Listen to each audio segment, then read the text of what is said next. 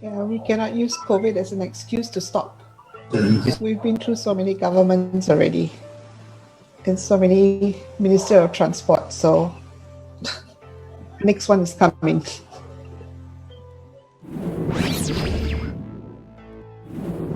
2014年3月8号0时43分，马航 MH370客机从吉隆坡国际机场起飞，原定清晨6点30分抵达北京首都国际机场，却在飞行大约2个小时之后失联。事件到现在已经过去了2557天，失联客机还是杳无音信。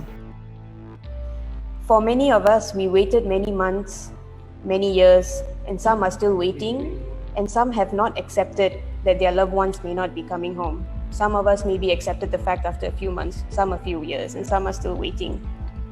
And even for those of us who did accept that maybe our loved ones may not come home, there was still this dying need or this desire to know what happened to them so that we could understand why they were not coming home anymore.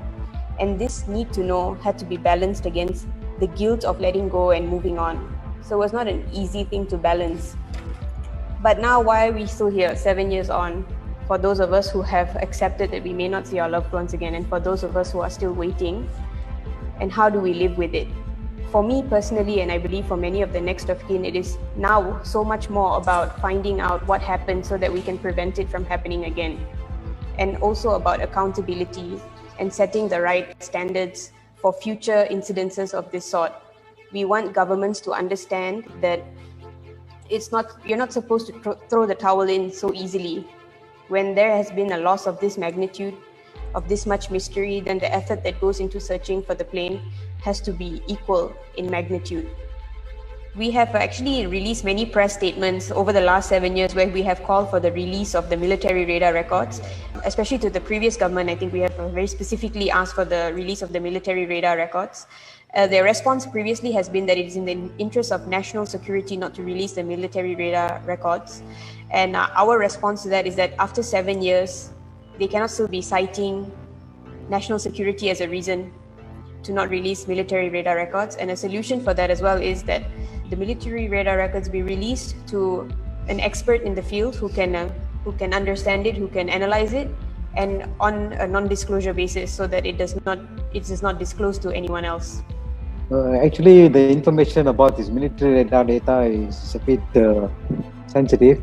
However, the military has actually agreed to allow me as an aviation professional to view the radar data. But their legal department, the Ministry of Defense legal department, wanted me to sign a non-disclosure agreement before they will allow me to view the military radar data.